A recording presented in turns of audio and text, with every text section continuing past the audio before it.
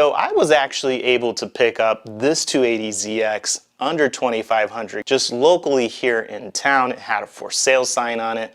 I went and picked it up. Now a lot of people don't like the 280ZXs because of the bumper. It's got this wide bumper that kind of sticks out, and the body does change quite a bit from your older classic Z cars.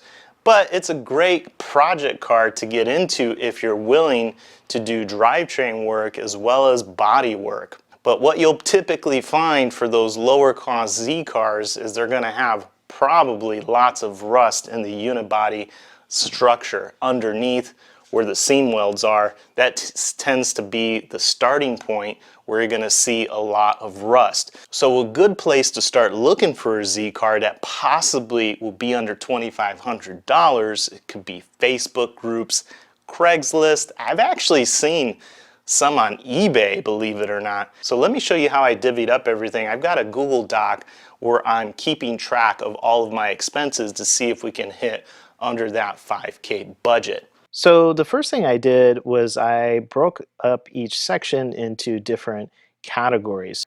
And so you can see here that I have all my essential drivetrain items. So like ignition coil, ignition transistor, spark plug wires, brake items. One thing that I do have on this list that you might not need to have on yours is a transmission. So when I purchased the car, I found out the transmission was basically pretty much dead, so I had to go and find another one. So I did find a used transmission for 250 bucks off of vintagezparts.com.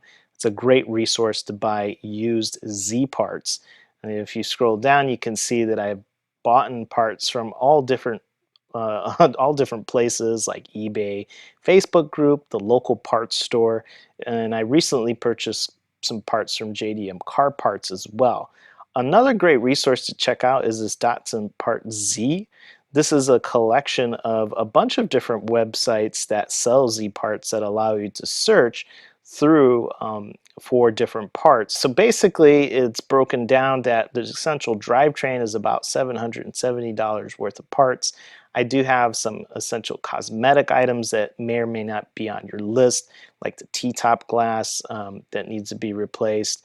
I've got floor pan and floor rails as well on here. They're pretty much rusted out. You can actually buy a set of those. So as soon as I learn to weld, I'll be purchasing this and putting this in, and hopefully I'll make a video on that too. So all said and done, my total comes up to $2,800. Now there are a couple of things that can definitely be removed, like this added performance items and possibly some of the other cosmetic enhancement items, and that'll get you down a lot lower. So you can't fiddle around with the initial price of the car and then how much parts that you want to buy, and that may get you under the 5K mark. So let's go and jump into some of the drivetrain items, and I'll show you some of what these things look like as well as some of the other cosmetics. So a lot of the stuff that I've had to do is replace a lot of the vacuum hoses here.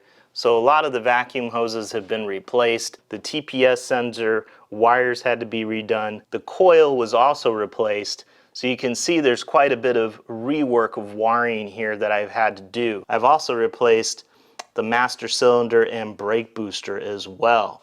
A lot of these things are very similar to what you'll probably have to do for other Z cars. This is the L28ET engine, and so a lot of the things here you'll find in common with some of the other Z car engines.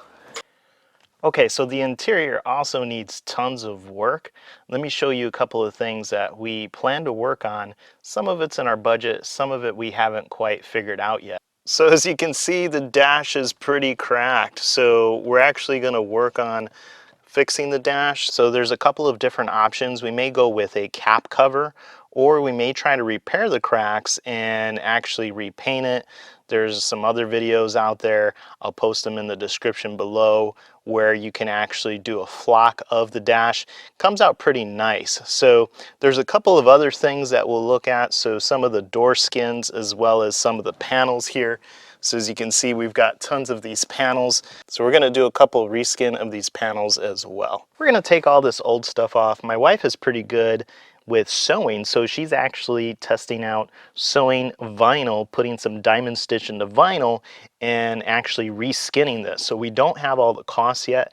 If you're interested in seeing some of that, comment below and we may create a video on showing you how to actually do some sewing and putting on new door skins. So we'll probably do some other things too.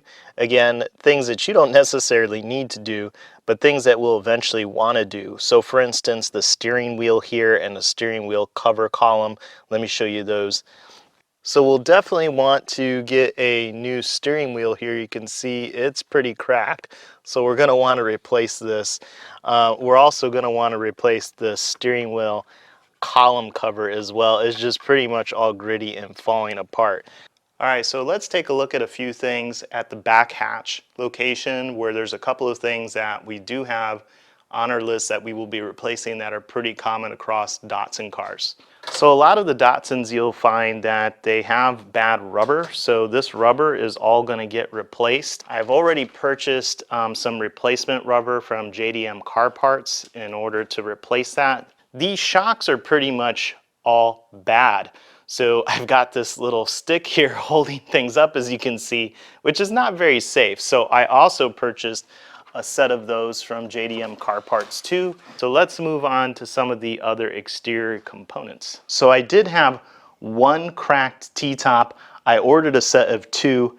One of them was cracked in the shipping, and the good thing was the one that was cracked was the one that I didn't have cracked up here. So I was actually able to replace at least the one that got cracked. All right, so one of the other things I didn't go over were rims and tires. So this actually came with 4 American Racing rims and tires. One was cracked, so I ended up purchasing the spare tire that fits in the rear wheel well here of the hatch and used that for a bit. But when I purchased the Datsun 510, it came with tons of extra wheels and rims. So I ended up putting these mesh rims on instead. Let me know what you think of them. So I didn't add that into the cost of the overall build just because I was able to take those rims and tires from another build. But it's probably going to cost you, for some decent tires and rims, it could be another $1,000 to $1,500. So you're also going to want to take that into consideration. All right, so that concludes pretty much all of the parts and components and pieces that we've been working on so far. So we'll end up posting definitely way more videos finishing off the rest of this car. So hopefully you'll be able to see it more on the road and hopefully at the local track, Piedmont Dragway. All right, see everybody.